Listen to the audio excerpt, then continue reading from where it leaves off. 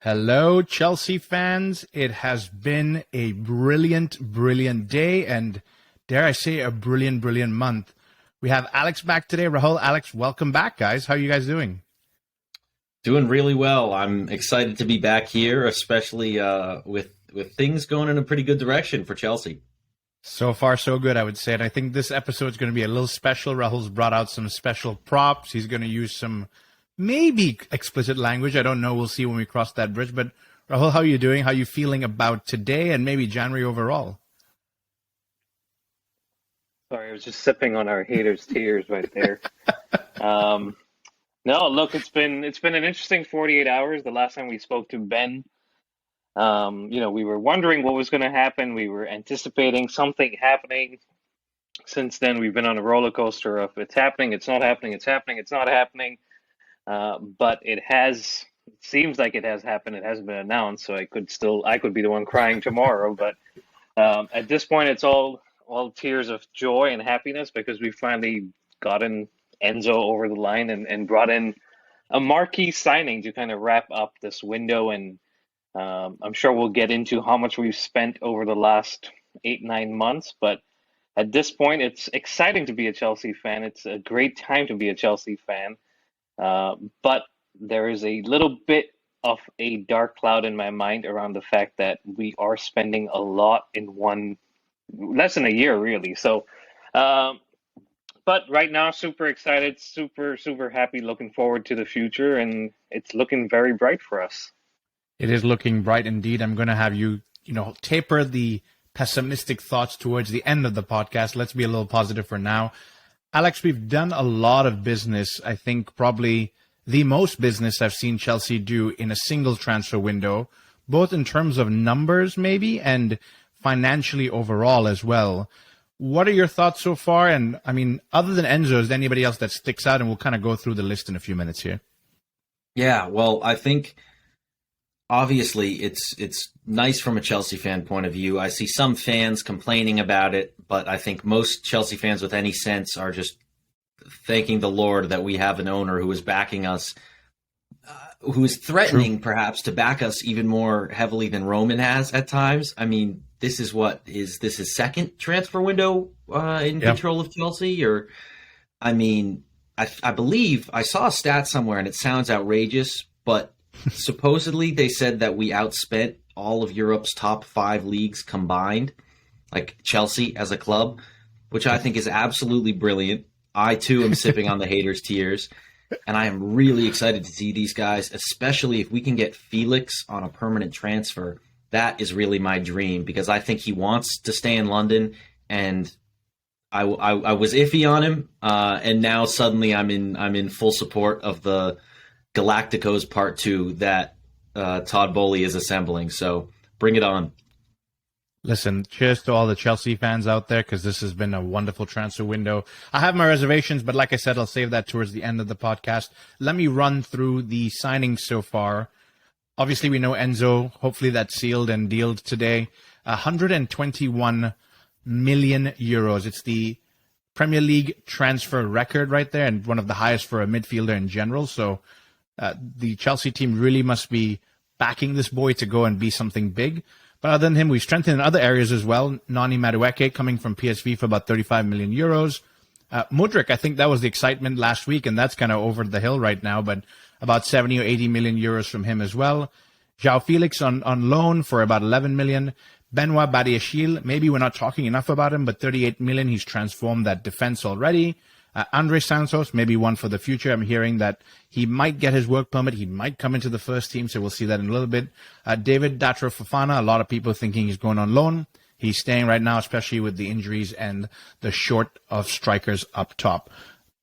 A total of about 300 million so far, and I'm not even talking about Christopher Nkunku, who has not formally been announced, but coming in the summertime. And probably the biggest one Chelsea fans were calling for, a right back or a right wing back in Malo Gusto, who has also been signed and loaned immediately back to Lyon. I think it was about 30 million or so. Rahul, I'll come to you first. We went through a lot of names there. I think Boehly spent well over 500 million in two transfer windows. Just break it down to me how you're feeling. Again, it's exciting, right? Because you look at all these players and you say, yeah, they're young players, they're names that we may not have heard of, especially with the likes of maybe Enzo Fernandez a year ago, Mudryk a year ago, Madueke a year ago, and all of a sudden here they are wearing the Chelsea blue. And there's a clear strategy and approach to this, unlike Jamie Carragher saying that, Chelsea is just going scattergun and just going after anybody and everybody. There's a clear strategy that we're going for players under 22, 23, and we're investing heavily in them. I mean, you look at that list you just mentioned. Enzo is, I think, 22. Uh, Mudryk is about 21, 22. Fofana is 19. Andre Santos is like 18. So there's a good mix of young players, and it makes Enzo Fernandez look a little bit older when you think about some of the other guys that have come in. But it's investing in the future, and it's putting players in place now so that they can settle in maybe the rest of the season, going into the summer, and then to hit the ground running, next season for the next 8 seasons in some cases. Um, but it's clearly a strategy that the ownership group thought of when they first came in. And I think last summer it was more about, all right, let's get players in for Tuchel. Let's get him a defender because we lost Rudiger. Let's get him a winger because we need some creativity from that part of the field. But now it's transitioned over, and it's let's bring in players that we know will be here for the next 10 years and maybe be part of the spine that we talk about, that we've seen as Chelsea fans of Petr Cech, John Terry, Frank Lampard, Drogba. We're working towards building that. And of course, there's a risk that, things don't work out and some of these players don't work out. But you have to work towards something. You have to put pieces in place right now and let them kind of fall in place and see how things evolve over time. So, look, I'm excited as a Chelsea fan for the most of 2022, hearing that you're going to disappear, you're not going to be in existence, Daddy Roman's leaving, and you're going to be broke. We're still here. We've outspent, like Alex said, majority of Europe. We've outspent majority of our rivals in the Premier League. And yes, that is something that will have to slow down. But look, there's all the pieces are in place. We just have to get them right. You have to clear out some of the players that may not end up staying because you don't want a unsettled dressing room. But look, I'm excited. A couple more pieces in place. I sound a little greedy here saying we need a few more pieces. But a few more pieces in place, and I think we're as Alex says, we're cooking. We are cooking indeed, and I'm just going to sit back and see what bubbles after this and what we kind of get to see in the next year or two. But Alex, I look back at it and I say 8.5 years, yes, we want a spine, yes, we want some stability. How do you feel about this pathway that they're going down with long-term contracts? I understand on the back end, on the accounting side of the house, you get to spread the cost. It means Chelsea's all kosher with FFP and all that, which is great. But how do you feel if a player is stuck on a contract and maybe they're not going to be the player that we expected them to be, or they're on high wages and now they want to stay with us for 8.5 years, or they're fantastically brilliant and we have the power here in saying you're on low wages technically and we don't want to give you for sale or increase your budget there. Just break that down for me and your feelings overall. Yeah, I mean, I think obviously there's always a balance to be looked at, and you have to be careful. You can't sign every player. We certainly, if you took all our recent signings, there have been quite a few that haven't worked out, and we're probably very happy that they're not on 8.5-year contracts. But, I mean, can you imagine if we had Lukaku on an 8.5-year contract? I mean, it's already tough now. But I think that's somewhere that you just have to trust that as much as people are coming in and saying, oh, Todd Boehly and everyone, they're spending, they're just being stupid, they don't understand the game. Todd and his friends, they know sports, they know business. The Chelsea owners are not doing this blindly, they're not doing it randomly. I'm sure they're thinking these things through in terms of the accounting, in terms of the contract length and how that binds the club legally. I think as much as people want to point at Chelsea and say, this is crazy, this can't work, we as fans just have to sit back and accept that these guys know business. They know how to run teams. They know how to manage money. And I think hopefully with the recruitment that we're seeing where yes, maybe we hadn't heard of these players, say a year or 2 years ago, but these are players that other teams are really wanting. This isn't plucking random talents out of nowhere. I mean, we've seen the memes about Todd Boehly hijacking all these different transfer deals. These are big name, in demand players, and I like to see us taking a gamble on the next crop of talent. Yeah, I mean, you guys have broken it down really well. And honestly, I look back and Rahul, you chose the word scattergun. And I know it's not your word. It came from the pundits or even Jamie Carragher in most recent times. But if you said that in the summertime, I could maybe believe you a little bit. But I think you guys have broken it down well. Long-term contracts, everybody under age of 22, positions that, frankly, I think most Chelsea fans would agree that we've needed, especially securing somebody for the middle of the park and right back. I think everybody else, while it remains to be seen, is going for the more attractive, free-flowing, scoring kind of team that we've been trying to build with Roman Abramovich for more than 20 years. And maybe now's the time. Again, I don't want to get too excited. This time last week, the marquee signing was Mudryk, and we were probably going to talk a lot about him. But Rahul, I think you've prepared some stuff on Enzo. I think your name in this room today is Rahul Enzo Fernandez. So you're definitely excited. Maybe you can share some details on Fernandez. Yeah, look, I haven't been this excited since we signed Torres in 2011 on deadline day, and he came through. And we know how that went. But hey, he won the Champions League with us. So if Enzo wins 1-2. We'll be the only London team with 3. But coming back to Enzo, he arrives, at Stamford Bridge with only 17 league games in Europe, guys. He moved from Argentina last year in July to Benfica. He's kind of found his way into the Benfica 11, helped them finish top of the Champions League group, ahead of PSG and Juventus. So it's obviously a team effort, but he plays a critical role in that team.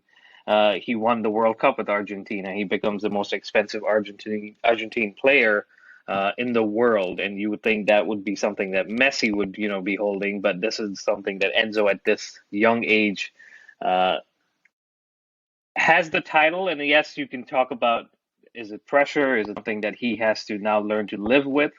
But look, he clearly has the mentality of a winner. He has the mentality of someone that can deal with pressure.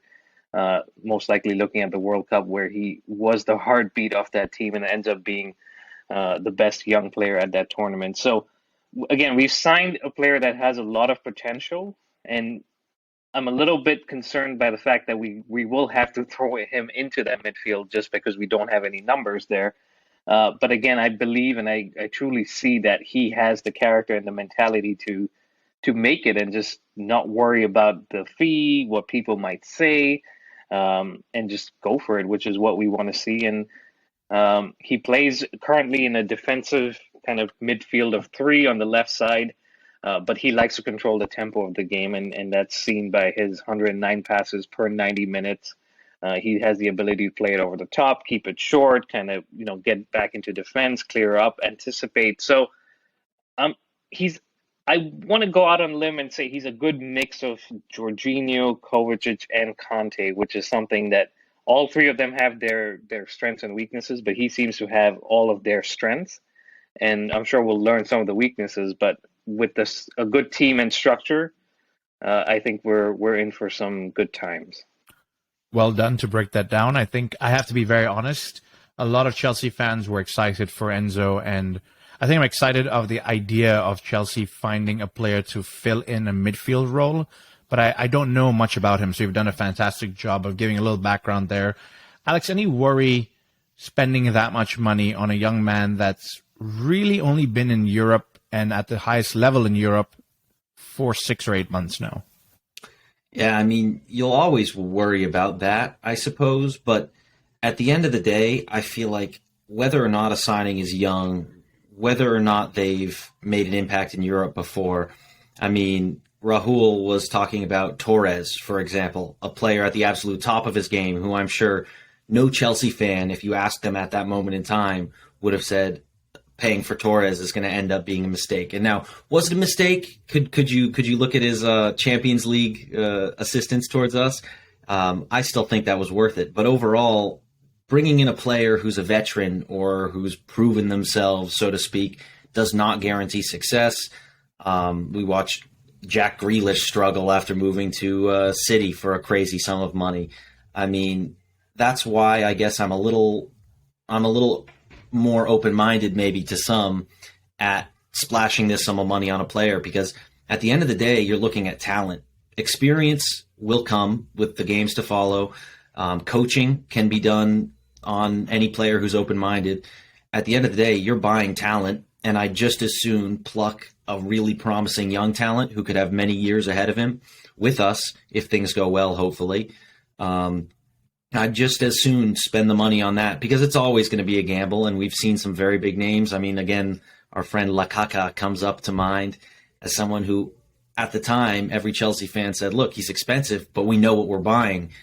We've seen his ability. He could really take us to the next level, and we saw how that turned out. So, yeah, I guess to sum it up for me, I think spending that amount of money on any player is risky, and I'd just as soon do it on someone who the scouts and now the majority of the world is in admiration of. No, it's a good point, and I think we need to talk a little bit about the scouting as well. Rahul, I'll come back to you.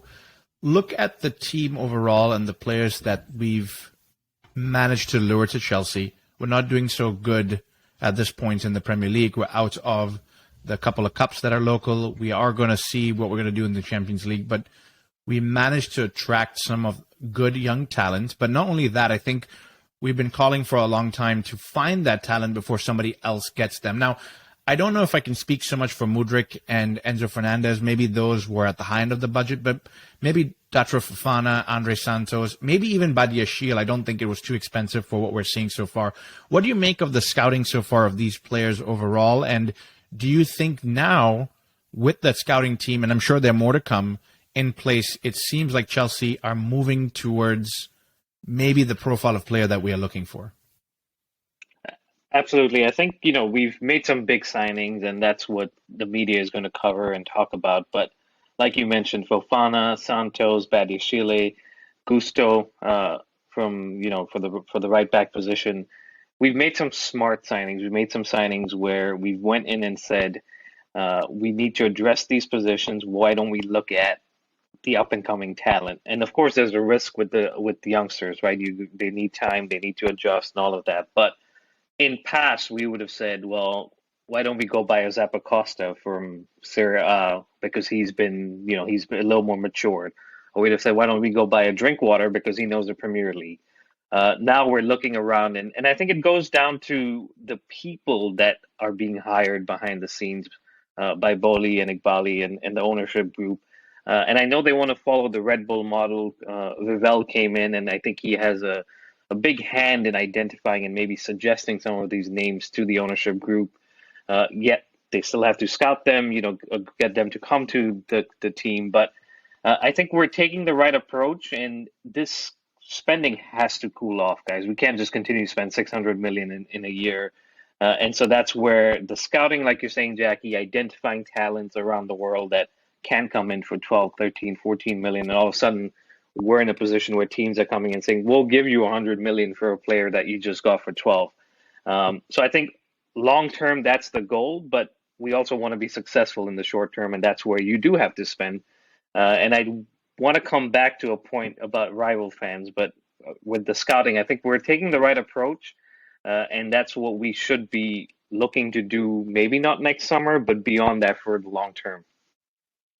Yeah, no, look, those are strong points, and I think overall, you've made a very valuable argument in, if you're a Chelsea fan listening to this podcast and you are excited, we've spent 500 million, all the latest youth, greatest youth out there, and this is going to happen every single summer. I don't think that's the case. I could be completely wrong, but I've heard through a few sources that there is something called Project 2030, which is all of these guys are supposedly going to take us to 2030. Now, it means there will be some transfers here and there. You might spend 50 million one summer to replace an injured person, or you might get a really good player that's moved on to a different club and you have to replace that person. But spending 500, 600 million over the course of true transfer windows, I don't think we'll see that after this. I think this is for the long-term investment in Project 2030, and hopefully they can gel together and go together and stay fit, I think is the biggest key, and we'll kind of go from there.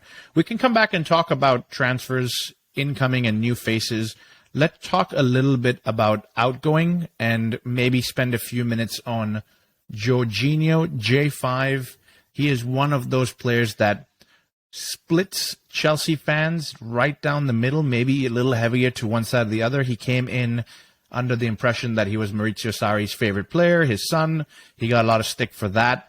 He kind of made the position his own. Under several managers, he was able to play many, many games for us. And honestly, he was quite successful. A Europa League, Champions League, World Super Club Cup, and European Super Cup. So 4 or 5 different cups that he was able to take. In between, he took Italy and was in the Euros, one of the top 3 in Ballon d'Or. I mean, the plaudits go on and on and on.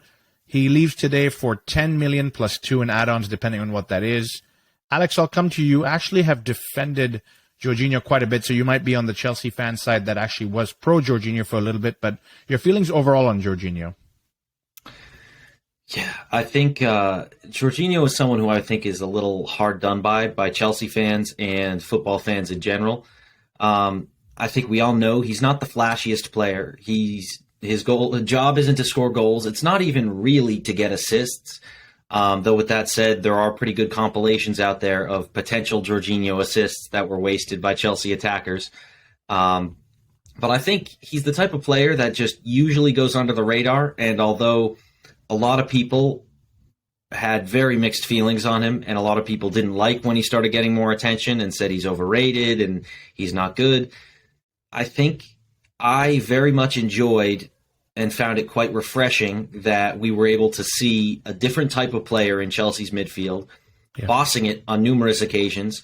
I mean, yeah, he made mistakes. Many players do, but there were also some games that it was just a joy to watch how he just kept us ticking and completely dominated the game despite not being the most physical player or most direct, exciting, flashy player to watch. So, you know what? I hesitate with this comparison because people will take it too far. But in terms of underappreciation, I see him almost as a Sergio Busquets type for us, where obviously Busquets having won a lot more and undoubtedly the better player, I think most would agree. But he sort of was in the background as you had Xavi, Iniesta, Messi shining and taking the headlines. And in a similar way, I think Jorginho, being a very constant presence, was able to let some of our star attackers take the headlines and let some of the younger players rise up through the ranks. So I only ever saw really good vibes from him, even when he wasn't being favored or there were rumored tensions with the manager. So all I have to say is thank you for his service, and hopefully he immediately stops producing as soon as he pulls on that Arsenal kit. I hope so too. I think there's a funny joke about Arsenal players come to Chelsea to win trophies and Chelsea players go to Arsenal to retire. But the way Arsenal are right now, maybe it's Jorginho's chance to actually lift the Premier League with a different club. And look, I wish him all the best on that front. But Rahul, I'll come to you on Jorginho. I think he's one that I personally have given a lot of slack to just because he's not the flashiest player like Alex said, or he's more safe, for lack of a better word, than more adventurous or going forward. And Alex compared him to Sergio Busquets. He reminds me a little bit of John Obi Mikel, where he was kind of doing that defensive-ish duty or a little bit behind the scenes. But what happened is when Mikel Obi left, Chelsea fans started to notice we kind of missed someone in that position type. I'm not telling you Mikel Obi was the best at it, but he kind of did a good job with us for about 10 plus years. Give me your thoughts on Jorginho, and will we miss him in the middle of the park?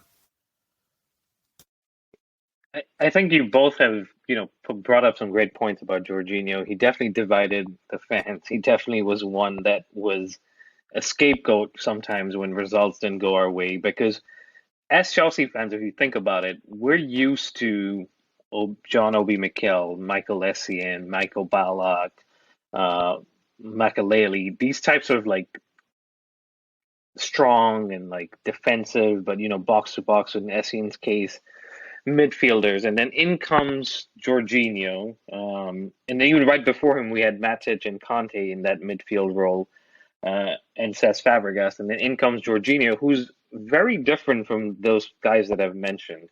As Alex was saying, a different midfielder, a midfielder that when he first came in, I think everyone was like my regista, and wanted to use all these fancy terms to describe what he does.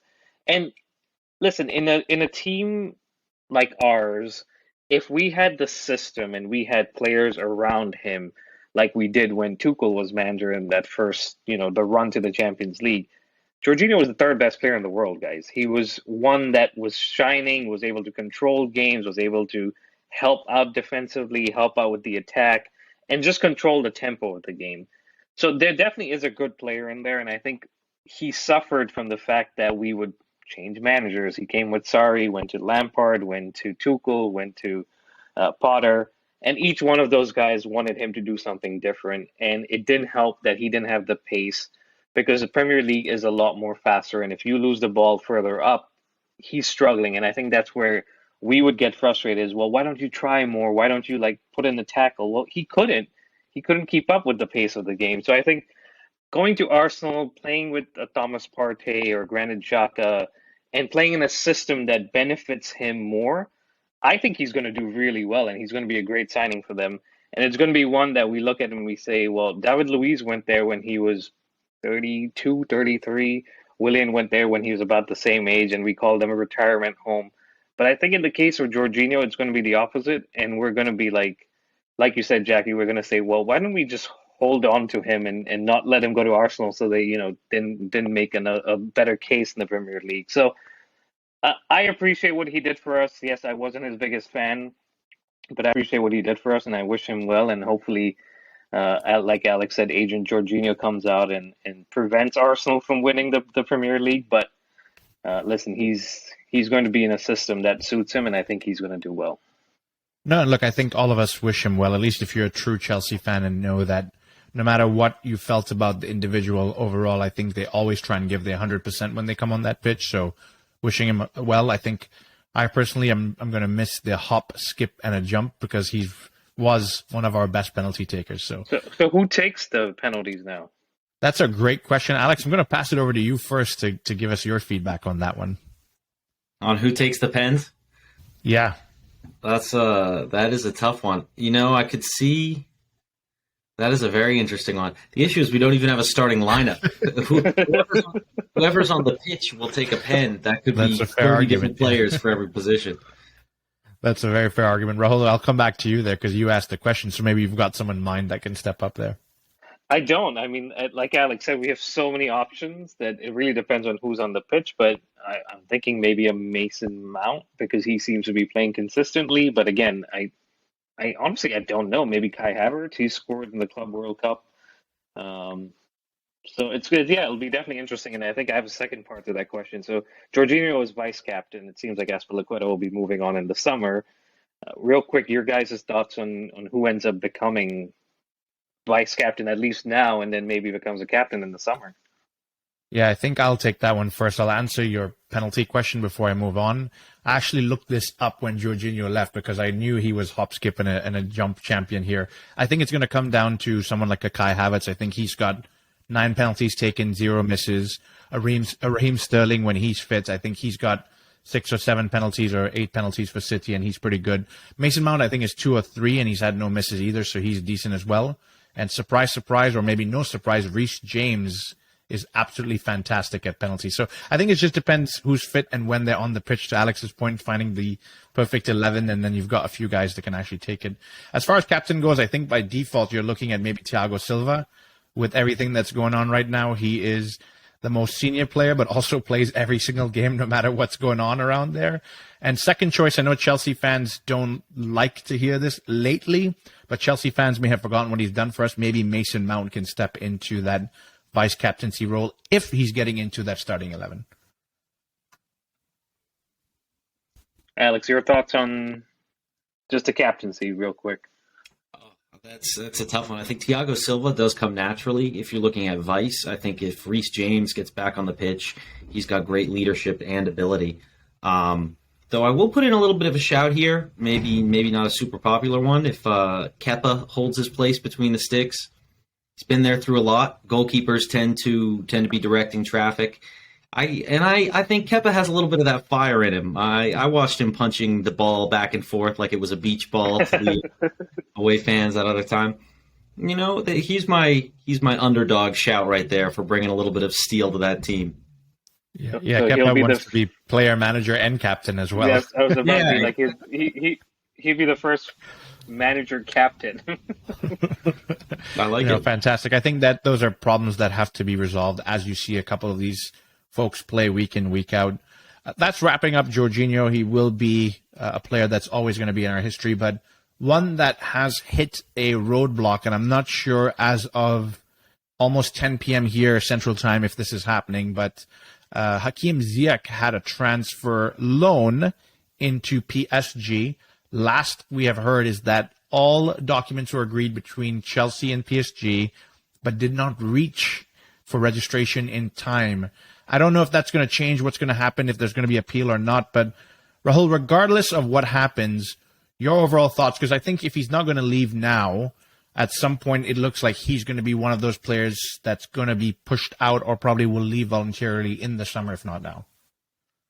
I definitely think he's one that will leave in the summer. I think he wanted to maybe even leave last summer, so it's long overdue. Someone I would like to see stay, because even in that Liverpool game, he was finding Mudryk with some delicious passes, and so I think he could strike up a good partnership. And we do need someone to serve all this talent that we have, and he has the ability to do that. So personally, I'd like him to stay, but I think his time may be up just because he would prefer a different challenge. And you said we had the paperwork and everything signed. From what I'm reading, we sent the wrong paperwork 3 times. Again, I don't know how true that is, but we were clearly focused on the Enzo deal. But come tomorrow, maybe Ziyech will get his loan move after all, because I think PSG are going to appeal it. Yeah, let's see how that goes. Alex, will we miss him like Rahul is saying, or do you think it's a move that maybe benefits both parties at this point in time? I think it is a move that benefits both parties, and I'm not saying he isn't talented, but I think it's pretty clear that for the way Chelsea are trying to play, which is sort of fast, direct, I mean, we're getting these pacey signings who can dribble. We're not the type of team that I think we don't want to be the type of team that's whipping in balls. And I think while Ziyech has great delivery on him, he's silky, he can pick out a good pass. He's just a bit of a different style of player than I think what Graham Potter and what Chelsea need and are looking for. So as much as I appreciate his talent, and I think he's a fantastic super sub to have on the bench, just as soon let him move on and start letting these exciting new signings who we've picked up, the Madueke and Mudryk, and start letting these guys cook on the wings and see what they can do, because they're the ones who are going to be here long term. Yeah, I think it's a valid point, and I think ultimately Chelsea's squad is so bloated. We probably do another episode to figure out who we as fans would like to see leave, not because we don't like them, but maybe we're looking towards moving towards what Alex is saying, a much faster, free-flowing type of football. But guys, that's high level on the transfers. We can come back to that if you have any thoughts on that. But let's give a little bit of love to the Toddfather and Daddy Eghbali. So he's both of these guys, I think, deserve a lot of praise, at least from us Chelsea fans. And just to reiterate what you guys have said, I think going from an owner like Roman Abramovich, which I think everybody has stated, you would never find an owner like that in world sport anywhere, to the unknown with different people bidding for Chelsea, and you're worried about it. And you've seen what the Glazers, who are Americans, have done to Man United. And yes, they had some success with FSG, but you see how the spending has dried up there. And I don't think I could have anticipated what these two and Clearlake Capital have come in and invested in. I think they closed on Chelsea for close to 4.x billion pounds when they took over Chelsea, and now they've put 600-700 million back into it, closing in on $1 billion. Alex, I'll come to you first. What do you have to say about these two owners? Are you pleased with the change? I think you will be. Do you think they're continuing on where Roman Abramovich left off, or are they taking us a step further? You know, I am definitely pleased with them. I think it's difficult to argue with an owner who will come right in and show that level of backing. I mean, if I were a Liverpool fan, I'd be fuming, because even after what Klopp delivered with a league title and a Champions League title, I mean, you're now looking at Chelsea, Graham Potter, who, even if you think he's a great choice, I mean, he just came into this job and he has now been backed probably just as much as Jurgen Klopp has been backed in his entire time at Liverpool. So I think that just speaks to a level of respect that we have to give Chelsea's new owners and say, look, even if we've got questions about the long-term vision, and we're still hoping to see that they've got different strategies that are going to work in the present, and we want to keep winning. We don't want to rebuild forever. You have to step back and give them some respect, because they have clearly shown that they're not here to mess around. They're not here to milk Chelsea like a cash cow, like, say, a Glazer family might be doing. And they have acquired this club for the purpose of winning games and raising our level on the pitch. So I love to see it, and I respect it, because we really could not have asked for a better handoff given the difficult circumstances of Roman's departure. Yeah, I think you said it beautifully. Rahul, I'll pass it to you for the Toddfather and then Daddy Behdad. I like these names that you've come up with. Look, Roman walks so these two could run. That's the best way I could put it, because he wiped out the 1.5 billion in debt that we had. Imagine if he didn't, and all that money had to be put in to cover that debt. We wouldn't be here talking about Enzo and Mudryk. We'd be talking about, we need to make sure we hold on to Ziyech and Jorginho and those guys, right? So a massive thank you to Roman again, because he put in a lot of his own money to get us the success that we had in the 20 years, and then did another favor before leaving and wiped us clean of any debt so that we could come in and do these things. But for the new guys, I mean, from everyone that we were supposedly going to be owned by, I think by far we ended up with the best of that group. I'm thinking back to Ricketts, and they were, I don't even want to get into that, but staying focused on Todd, Boehly, Behdad, Eghbali, and Clear Lake, they've put their money where their mouth was, and they came in and they said they wanted to make Chelsea successful. They wanted to continue where Roman left off. I want to say they've continued that, but times that by like 10, because even Roman never spent 600 million in less than a year. So exciting times, but I think it's not just about the transfers. I think they're thinking way beyond into the future, and that's what we want. We want to be a successful club. We want to be a club that that teams and clubs and fans look around and say, you know what, they did spend the money, but they're in a position now that they're set for a long, long time beyond just buying players.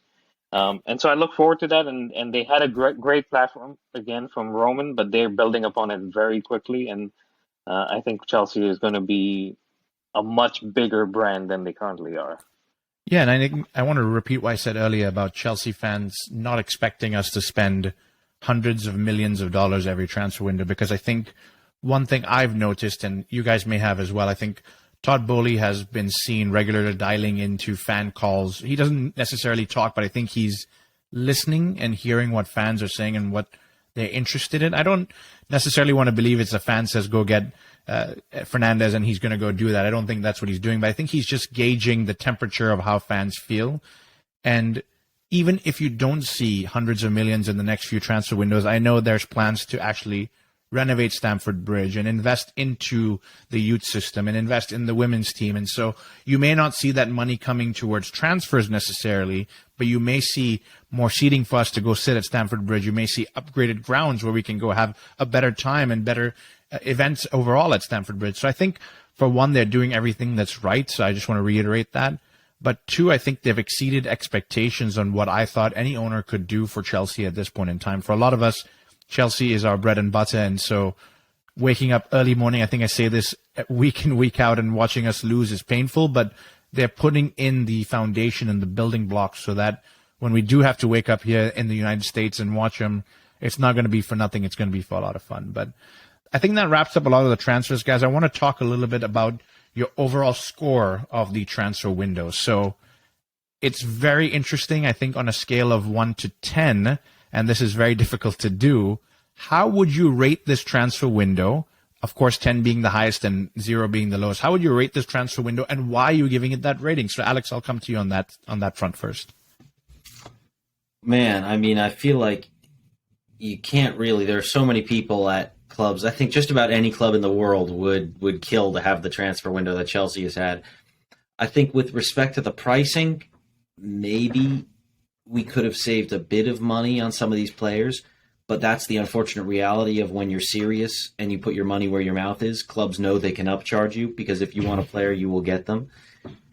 So considering it's the second window under new owners, I'd give us a 10 out of 10 for this window. And I'd say, just to be slightly pragmatic, maybe I'd personally say a 9 out of 10 because we did splash some big money that could work well, but also carry some risks if these young players don't turn out. But who am I to complain about the window we've just had? So maybe 9.5. Average those, and I'm giving us a 9.5. Yeah, no, I think I have to agree with you on that rating. Rahul, I'll come to you before I give my final verdict on that. In a tribute to Jorginho's new number at Arsenal, I'm going to go for a 20 out of 10. I'm just kidding. I tend to agree with Alex. I think it's easy to say, 10 out of 10, 11 out of 10, whatever you want to call it. But we have spent big money, and it's money that usually you don't end up spending in January.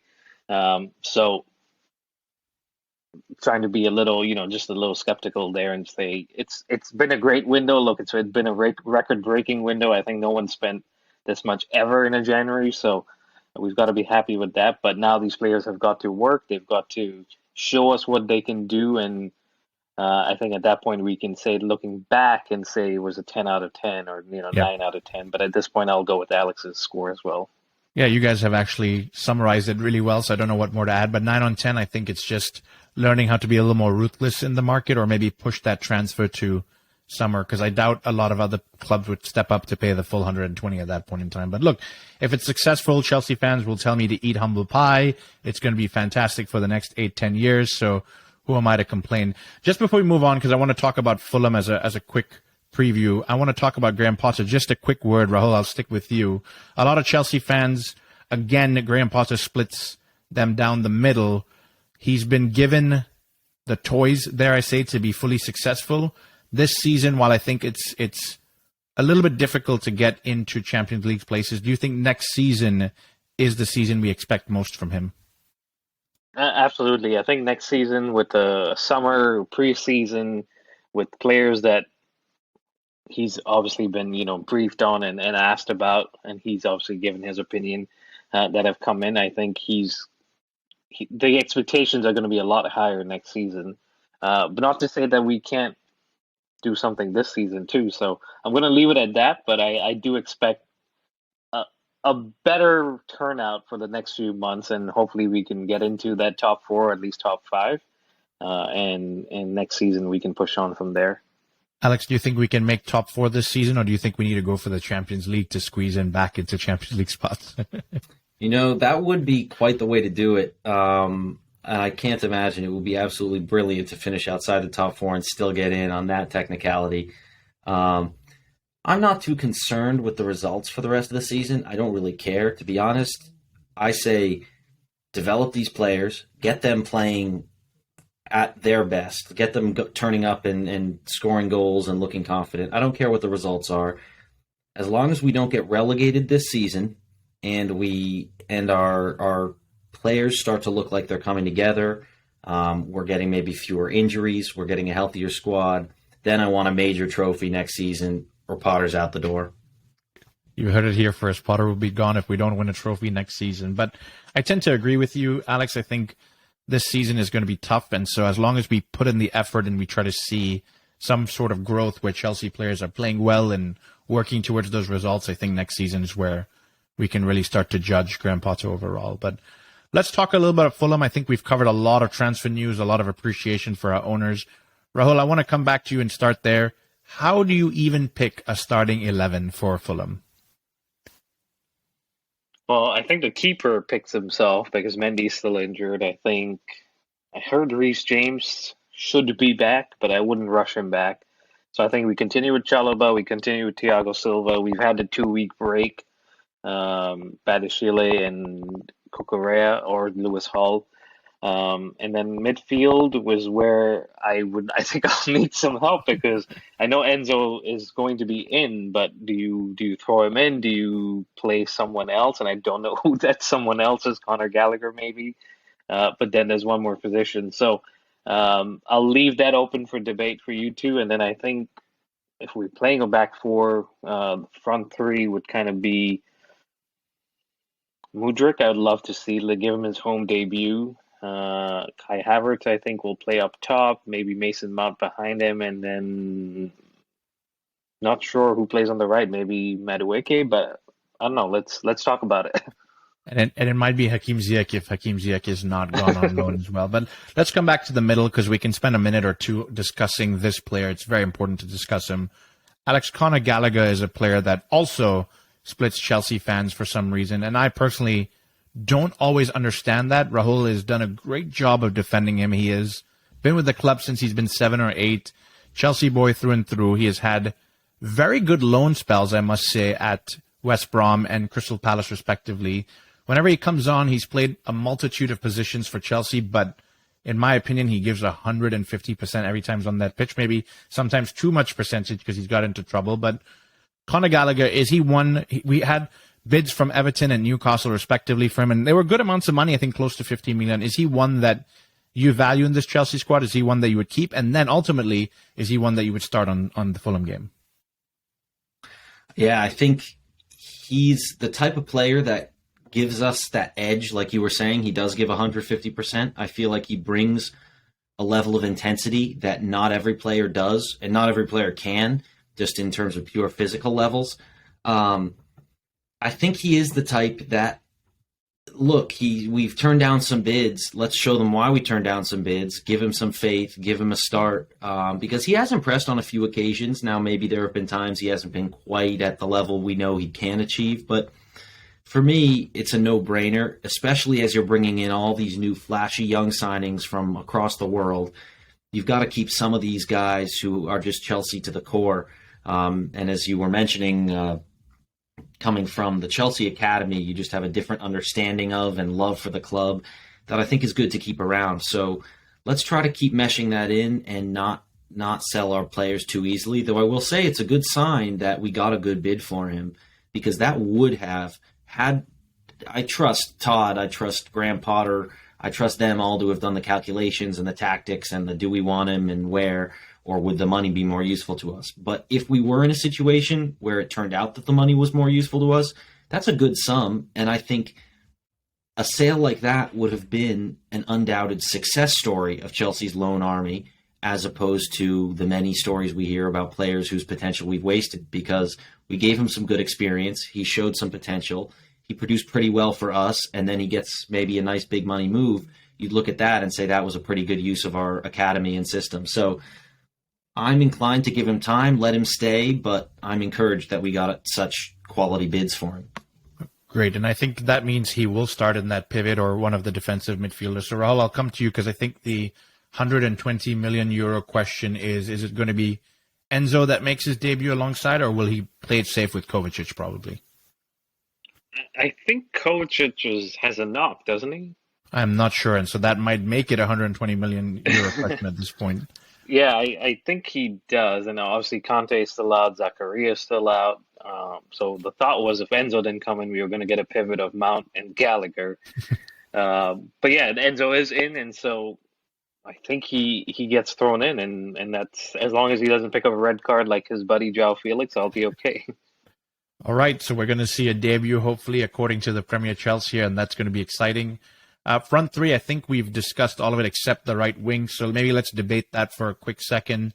Rahul, are you going to stick with Madueke making his debut? Are you going to try and throw somebody else, maybe a younger player on there? I'm not sure where you go with here.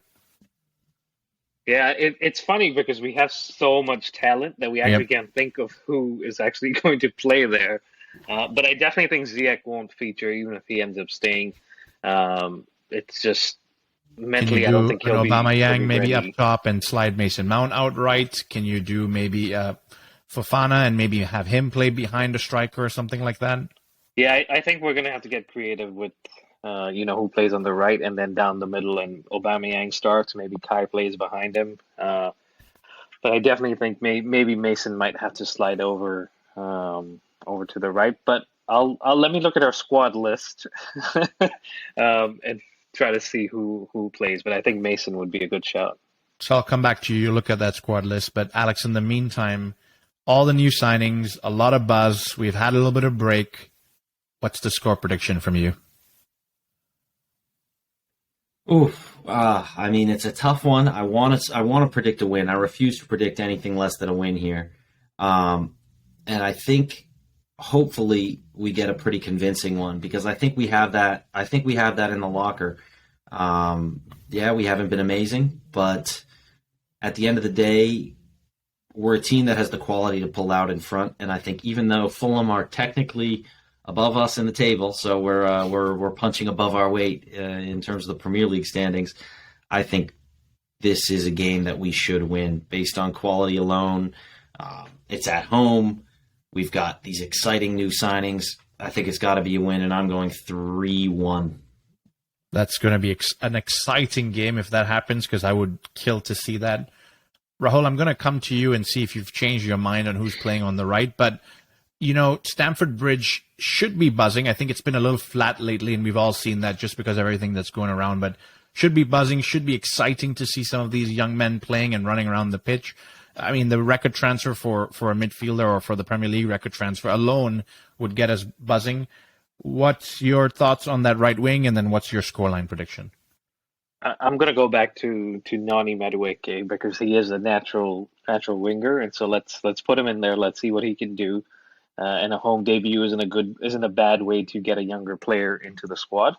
And then obviously if things don't work out, we have João Felix and players coming back for the next one. So I'm going to go with him. And my score prediction, I think we definitely need to win this if we want to start our push for that top four, closing the gap. So I'm going to go for 1-0. I think that's a good result nonetheless. Not maybe as exciting as what Alex has said, but we're trying to get the wins and take baby steps here. I'm going to go for a 3-0. I think we're going to have the opportunity to score some goals and keep a clean sheet. Maybe I'll be back here next week complaining that we didn't do that, but for now, positivity is where I want to stay. So before we wrap up, Rahul, I'll pass it back to you and Alex for closing words. Alex, I'll start with you there. Yeah, well, hopefully this is the beginning of a new era. I think we're in for an exciting time. We've let Todd cook, and Todd has come back with some fantastic meals. So now I hope we can feast. I hope we can feast indeed. Rahul, are you ready to feast as well?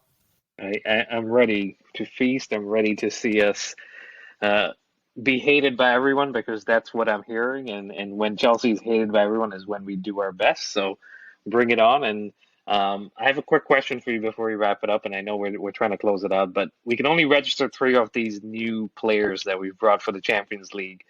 My opinion, I'm going to go with Mudryk, Enzo, obviously, and João Felix. But if you two have any different ideas, I definitely want to hear them before we close it out. Jackie.